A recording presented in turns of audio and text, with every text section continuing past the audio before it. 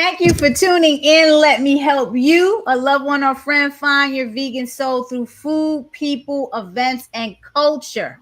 We're talking about building equity into funding systems. How can this be done, and why does it need to be done? So, I want you to meet a couple of my friends, Unity Collective founders Josue Cabrera of Transforming Culture and Crystal Forman of Holistic Wellness and Health. Let me get y'all on here right now. How are y'all doing today? Good. How are you? I'm good. I'm so you know what? I'm happy because when we last had the conversation, Josue was on and he was explaining what this program was going to be, and you were looking for people to join the cohort, and all of this stuff is a very, very important topic. So let's get right into it. How did it go? It went very well. We were able to collect a lot of information. We met with six BIPOC organizers who are in the vegan and animal advocacy community to discuss, barriers and challenges in funding, but also we spoke about how we can support each other. So it went really, really well. Jose, Josue. Yeah, I think it went well. It surpassed our expectations. Although we kind of tried not to have that many expectations. We wanted to be like very emergent space, and we had a lot of sessions planned, but a lot of the sessions also went on a different way. And I think that was one of the exciting parts and where most of the learning came from. So I think it went well. It's sometimes it's always great to not expect anything and just let the seed grow and bloom and figure out what type of flower or plant you're going to be presented with. I think that's amazing. So let's start with this question: how do traditional funding structures impact BIPOC led initiatives? Talk to me about that. Yeah. I can go over. Yeah, Yeah, you sure. can go ahead. Um, So what we found with the participants and in our experience ourselves, we see a lot of whiteness in those spaces, and not just the people that are running like the funds that we're trying to apply to, but the whole process itself is centered on reducing the complex work that we do into just plain numbers and trying to compare who is achieving more than who. I think the complexity is that we are put in a position where we have to like adapt or transform the complexity of our work into that kind of language. And we've seen a lot of, I want to say, resistance to trying to accommodate to that process. And I myself, I don't enjoy trying to turn everything into numbers. So I think basically what the most powerful impact is that that mindset that let's put everything into numbers. Crystal, what do you think? Yeah, I totally agree. The structures are typically designed with larger historical institutions in mind and not thinking about the structures of the communities that we serve. So a lot of BIPOC organizations are smaller. They have less funding as well to even apply, like to put in that like manpower to even apply for traditional funding. So a lot of times the grants and funding programs are relying on like benchmarks, like Josue was saying, and standardized applications that don't really get to the story for most funders or most organizations, most BIPOC-led organizations that are working in the vegan and animal advocacy space. Most of us are grassroots, and we're working in underserved communities and trying to fit into the traditional funding where it's usually just one topic that is the focus. It might just be animals, or it might just be even food. But with us, our communities usually is more than one issue that we're tackling at a time, and it's can be hard to try to fit that narrative into, their benchmarks.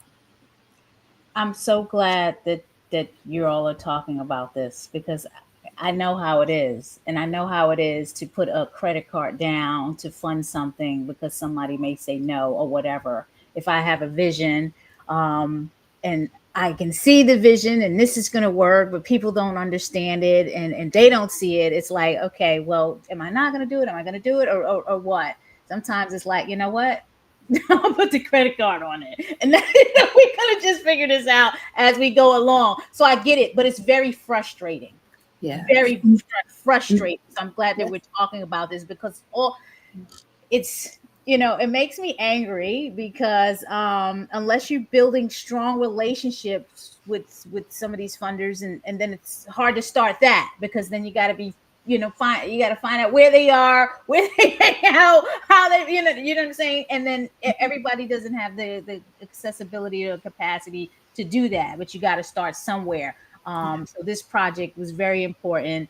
And I want to share what you put together so people understand, the ones that are impacted by this, because I get this all the time. People reach out to Black Fed Society and thinking we got, like, we the grassroots too. You know what I'm saying? Like, so this is very important.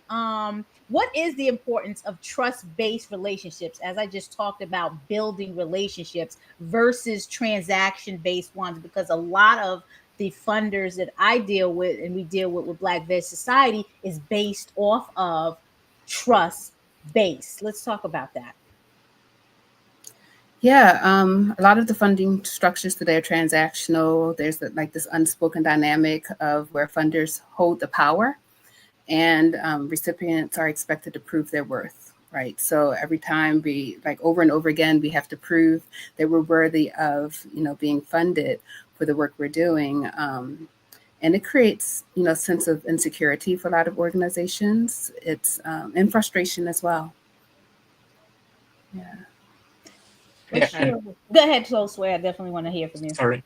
And I think Crystal touched on something very, very important, that we put the we have to prove that we're worthy of it. And it happened to me, and in the cohort we heard someone talking about this, that when we receive the approval for the funds, it's this bittersweet sensation that, yay, someone believed in my work or so valued my work.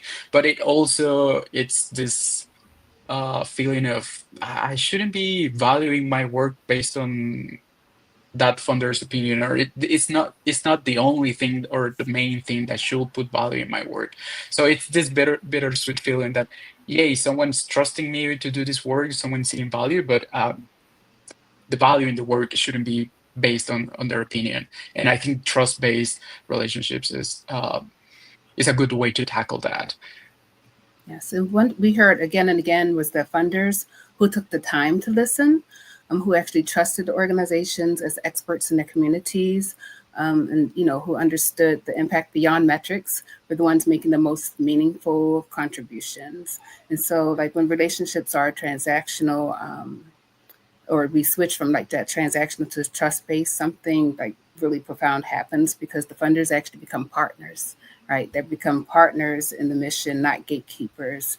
So yeah, I think that, like, once the organizations who really like care to learn about the work, that's when, like, we would become partners in the mission. We're able to make more change, and we can still communicate like the impact we're making, just in a different way.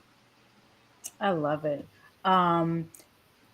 What does the meaningful support look like for BIPOC organizers from their perspective, from the BIPOC organizers' perspective? What does that meaningful support look like? Now, I can give you an example on my end, because I have a strong understanding of the trust-based versus transaction-based, because I write a lot of grants, and every grant doesn't get approved, for whatever the reason is.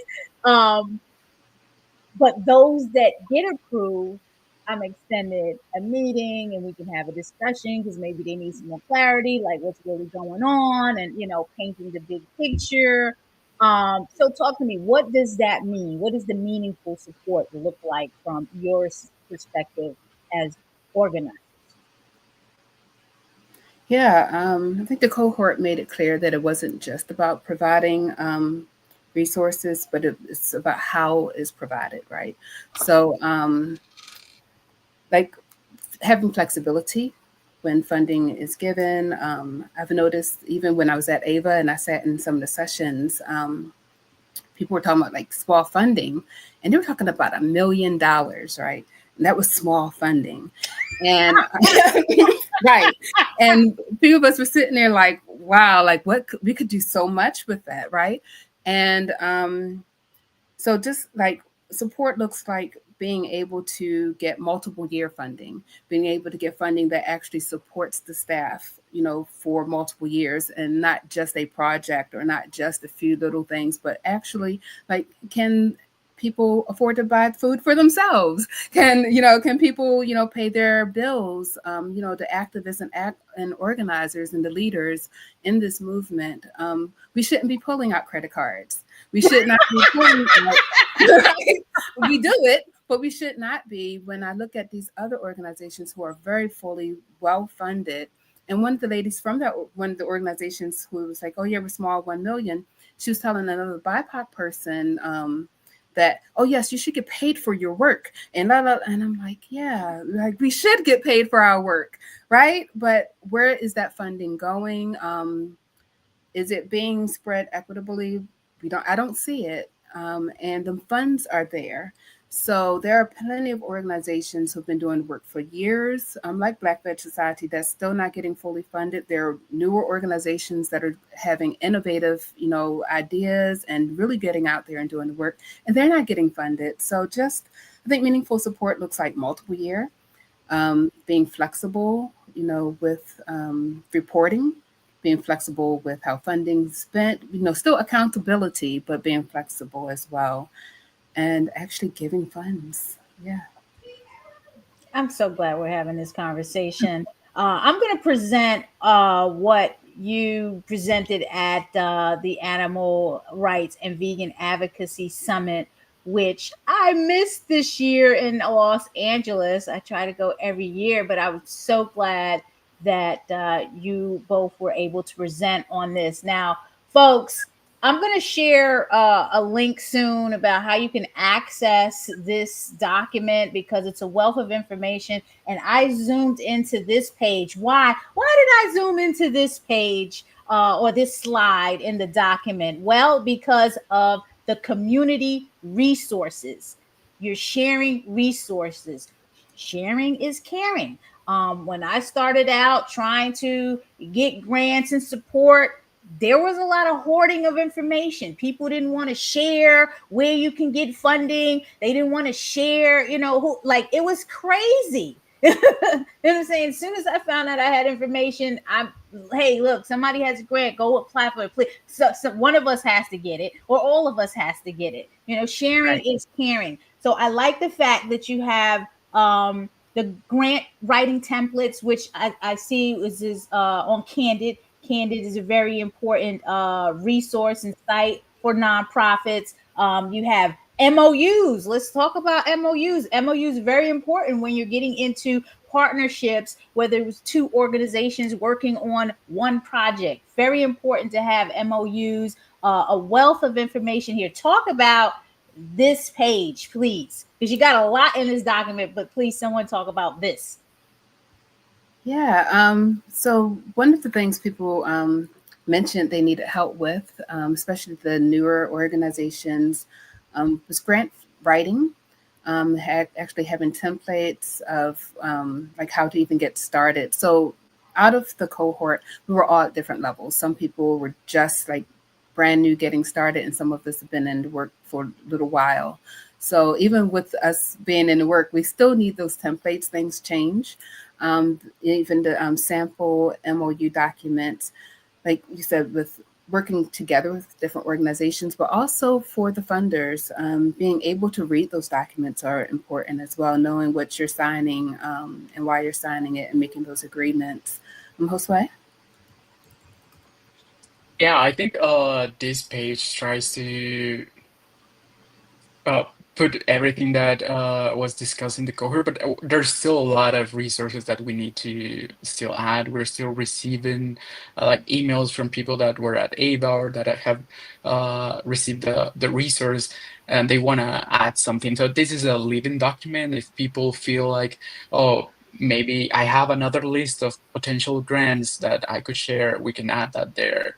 Or spaces where people can co-work. That was something that was highlighted during the cohort. Just having that shared space, even if everyone's doing their own thing, just knowing that we're doing similar work and maybe we can share tips, or I've worked with this funder and this was my experience.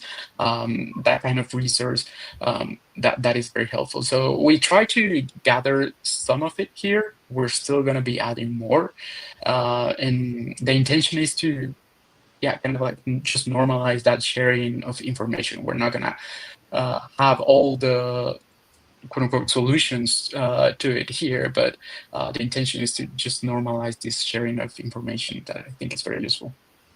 Well, I shared the link in the comments. So can you tell people how they can get access to this multi-page document? So just not one page, it's a multi-page document. And I have it in the comments right here. They would go to your website, Unity Collective, right? Let's Yes. share that.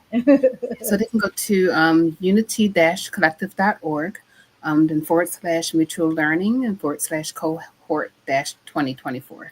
So Unity Collective, you just go to the website, you'll look under our mutual learning, and you'll see how you can get the resource. This gives a brief recap of what we learned over the 3 months. And there's also donation page at the end. But I wanted to also give a shout out to Violet Designs or Violet Studios, who helped us design this document, because we talked about funding, but there are other ways to support organizations as well. And they provided, like, to make our resource look beautiful. So we had all of the information, but they were able to make it something that people would want to read and look at. So there are other ways to support organizations, and I'm not sure if I said their name correctly. Let me make sure I said it right. But yes, they as well as yes, Yes. They definitely helped Black Veg with some things that Crystal will be privy to see. So they were helping us on some things with branding and stuff like that. Great organization, and was able to do the work pro bono. So definitely shout out to Violet Studios. Absolutely. What is the call to action here? I'm going to stop sharing this. What is the call to action here? What do you want people to do that are listening? I have Eric Lindstrom from Farm that's going to get ready to talk about Planet Maryland. So I know you're listening in, Eric. We're talking about the equity we're trying to build in funding systems for BIPOC organizations. I'm glad you're listening in. What is the call to action?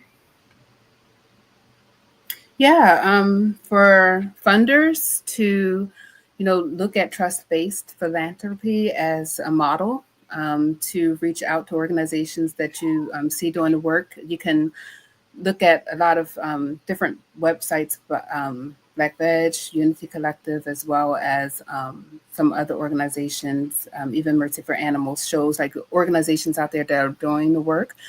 Reach out to them, find out how you can support, whether it's financially or sharing their work, or helping, like technical support, whatever that looks like.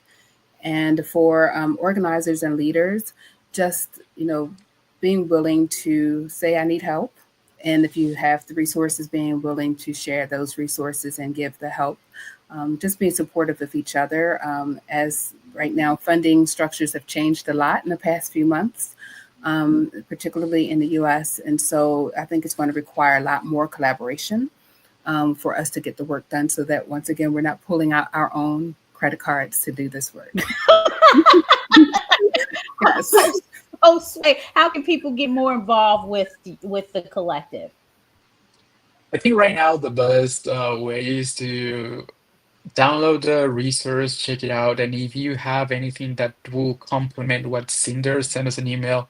We can add to that document.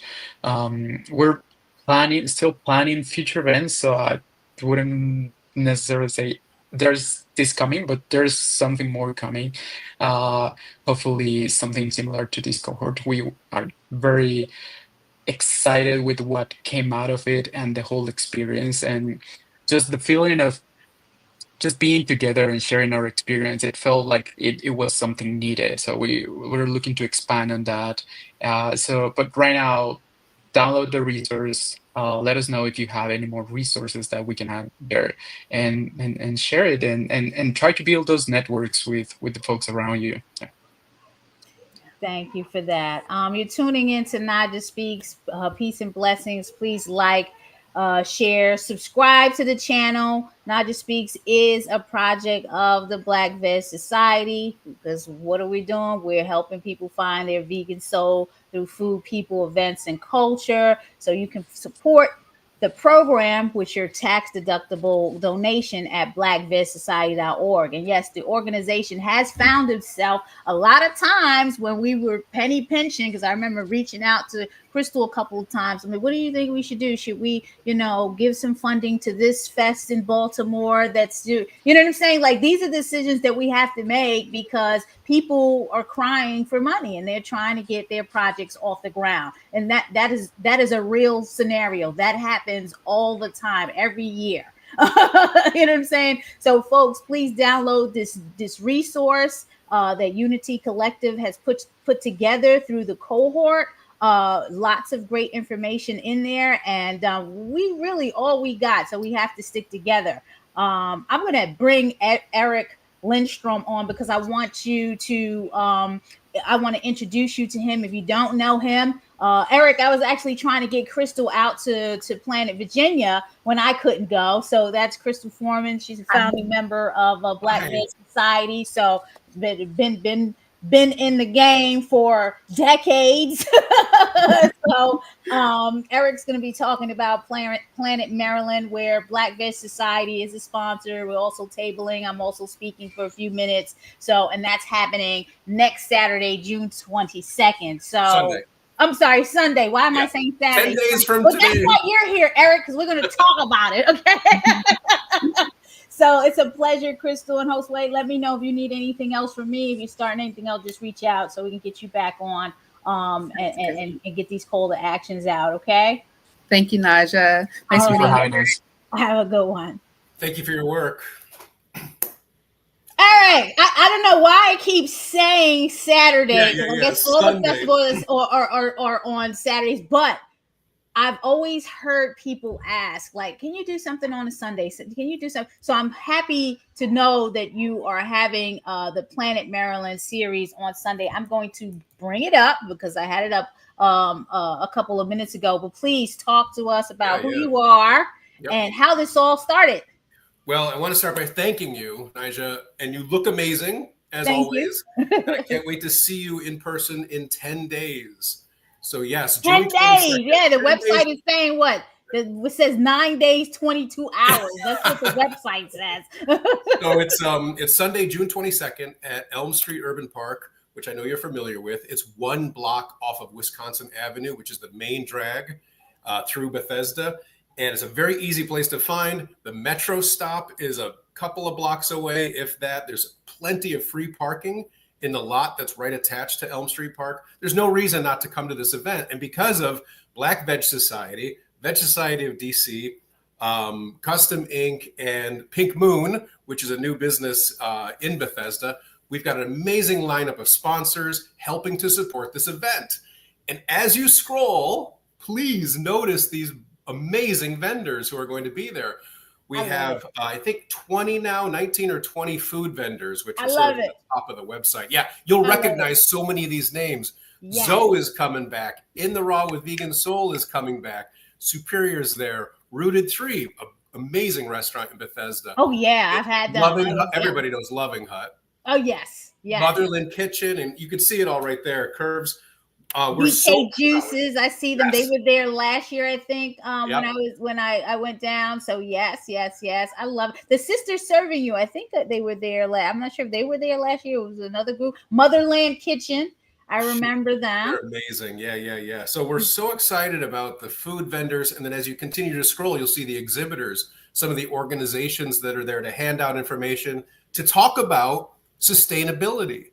This is an event that focuses on sustainability and what we can do as stewards of the planet, like what we can do in terms of changing our diet, which is the main, focus of the event. Every vendor is plant-based. What we can do that's going to help the environment and then ultimately save the animals. So you'll see this vendor lineup, the exhibitor lineup, are all organizations with a strong sustainability focus. If you see like Power Home Construction or the window companies, these are companies that are talking about sustainability in your house, how to make your house more efficient.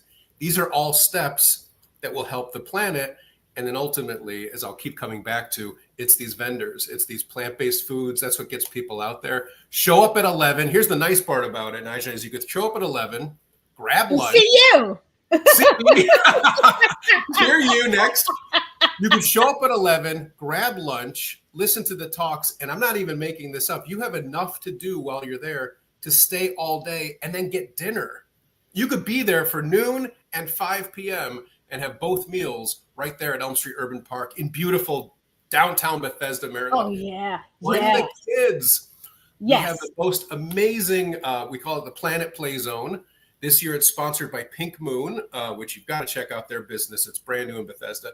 So bring your kids. There's free face painting. There's activities. There's Rocket Reba, who you're scrolling past right now. She does a science show for the kids. The first 200 kids get a free coloring book, which is illustrated by the amazing, talented Ruby Roth, who's an incredible children's book illustrator. Grab a coloring book. There's lots of giveaways. There's lots of fun stuff that's happening all day long. Sunday, June 22nd, Elm Street Urban Park. As you scroll down, you'll see we've got Seth Tibbett coming. Yes, Tofurkey. Yes, he's amazing. He is such an incredible personality. And then I'll tell you right now, we're very, very close to making a very special announcement with Council Member Evan Glass. Yes, I met him. Yes, oh, at yes, Rudy he's 3. incredible. Yes. He was with CNN. He's Montgomery County's one of Montgomery County's council members. We're planning to proclaim June 22nd Planet Maryland Sustainability Day in Montgomery County. We're hoping. We're very close to getting this yes. I mean, how incredible is this? That I love it. I love it. Yeah. Greg and I spend a lot of time out there. I know we go to Planta a lot. We love Planta. We've been down to Eat the Changes events when they had tastings, and we were there a couple weekends ago, bike riding through. His cousin owns a bike shop, the Bethesda Bike and Ski Repair Shop. So we actually rented some bikes. Yeah, so we like it. Folks, you got to come out. Let me scroll up to the top. It's Sunday. It's on a Sunday. And if you haven't been, you need to come.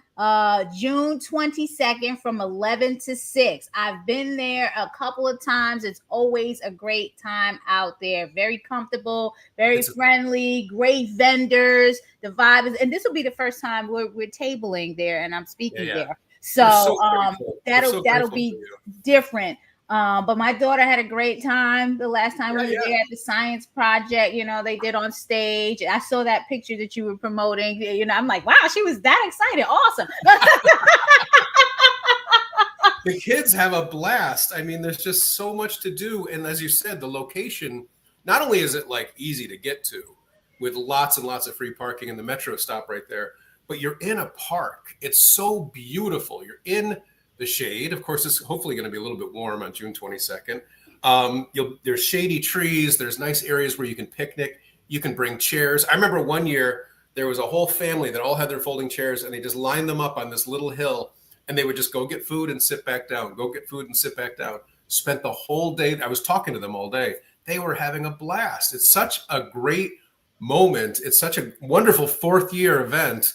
here in Bethesda. So wow, 4 years, I know. It's 4 incredible. years. Are you having the beer garden again this year? Because I remember one year you had that. No, okay, no, that doesn't. No, I was just asking because I remember because I've been there a few years. So I know one year you had that. So that's probably a good thing. It makes it more child friendly because I couldn't bring my daughter in the beer garden because it was only for adults. I was like, well, that sucks, but it doesn't because it's a safety thing. So now it's really family friendly and oriented. So that's great. I'm glad to hear that. It's a wonderful day that can't be missed. We also have the support of Bethesda Magazine, which is of course right there in Bethesda. They're running stories on us. They're running some ads on their website. Great media partner. You can't ask for a better media partner than Bethesda Magazine. So it's all really come together. We're down to the deadline, as you can imagine. I know you've done many events. When you're 10 days away from the event, you're just like, oh, is it really going to happen? Exactly. But this is happening, and it's going to be a lot of fun. Yes, holistic wellness and health. That's Crystal. That's her company. Yes, it's going to be a lot of fun. So if you can come out on Sunday and just browse around for a bit, you should definitely come out there. This will be my third time being out there, but the first time setting up a table and speaking. So definitely, I'm looking forward to it. Anything else you want to share? Because I know I got to talk about what's happening this weekend at Philly Veg Fest because I'll be up there this weekend, Saturday. Great. Festivals all around. It's that time of year, right? I mean, the weather has finally broken. All of that rain is behind us. I hope. It's still been cross your fingers, everybody. But I heard it's going to be raining in Philly this weekend, so we hope it's not that bad. So all of that's behind us. There's lots of festivals to attend. Let's just consider this weekend, the 20th weekend, as the kickoff to summer festival season. All I can say is thank you so much to Montgomery County. Thank you to all of the wonderful sponsors like Black Veg Society. Thank you to all of the vendors, the speakers, the exhibitors. Everybody has really come together to make this a really special event this year. Well, I'm looking forward to seeing you next Sunday. Eric, I'll be in town early because my brother-in-law has a conference. It's a Black Enterprise Conference with Howard University and PNC Bank. So I think this is their third or fourth one. So I'll already be in the area. So that'll be great. So looking forward to it. Sending blessings and let's pray for a whole lot of sun. All right. All right. I love you, Naijha. Say hi to G from us. And I sure will. See you in 10 days. All right, Eric. Bye-bye. Folks, yes. So lots going on in terms of the festivals. We know you heard me last week talk about Philly Veg Fest. So let me just bring that up. We will be at Philly Veg Fest. When I say we, me, my husband, my daughter, we're not tabling. Black Veg Society is not tabling. I cannot table every week. I'm sorry. It's just too much. We are not tabling at we're not tabling at Philly Veg Fest, but I will be there speaking independently, and I will also be there on a panel. So let me just show you what's going on. So this Sunday, June 14th, Bainbridge Green. So if you go to phillyvegfest.com, you can access the website, read the press release. They were on hiatus for a couple of years after COVID, and they came back last year, but they're still building up. So this year is the year. And you want to come out and have a good time. It's going to be so much fun. There's an animal sanctuary, Indraloka. I hope I'm pronouncing that. There are going to be benefits and proceeds donated to the animal sanctuary. So you want to support that. They provide heaven on earth for farm animals. So farm, I don't know if you're still there, but if you don't know about this animal sanctuary, you need to connect with them because it's right up your alley. Heaven on earth for farm animals that have nowhere else to turn. We inform, inspire, and empower the community, especially children, on ways in which we can better care for ourselves and the environment while helping animals in need. We advocate for a kind and compassionate diet that protects animals, the earth, and our own health. So I'm waiting to connect with them when I get up there to Philly because I've never heard of this animal sanctuary. So I'm looking forward to meeting them in person. A couple other sponsors: Plant-Based Human, Let Food Be Thy Medicine, and the graphic. Yeah, you gotta shout out the graphic and web designer, because without the website, then I don't know what to tell you. But here are our speakers, or Philly Veg Fest speakers, starting at 11:15. It's going to be an excited time. It's some of the people I do know. I know Dr. Mills. He's going to be fantabulous. You have the founder of Hip City Veg, Nicole Marquise. She's going to be there speaking, and also on the panel that I'm on. It's going to be amazing. So you want to come out. It's this Saturday, June 14th. Bainbridge Green. They're going to have live bands, all that type of stuff. So I'm just going to put that information in the comments. So yeah, if you're in the Philly area, if you're looking for something to do, don't have anything to do, come on out. Shout out to Richard Rogers, the director of Philly Veg Fest. He's really making it happen up there. I love it. Love it. Love it. More news to share. The Children's Veg Fest has gotten the green light. And I know we were supposed to have it June 14th, but you know how the universe works. It's going to work in our favor. We have a new partnership with the Y of Central Maryland. So it will be held on September 6th at the Weinberg Y in Waverly. Okay, so that's on 33rd Street in the Waverly section of Baltimore. And that will run from 11 to 5. More information to come on that. The website is childrensvegfest.com. We are getting ready to roll out the campaign.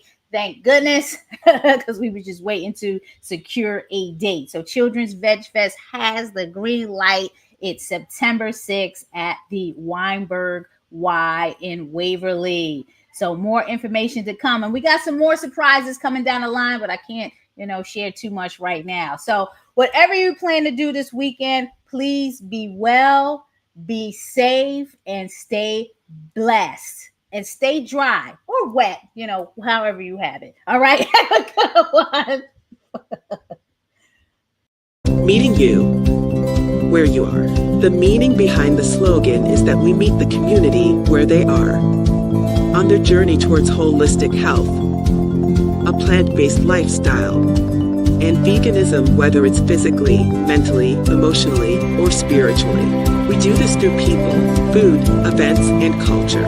Our 6 pillars are birth, eating, education, empowerment, enlightenment, and events. We are Black Veg Society.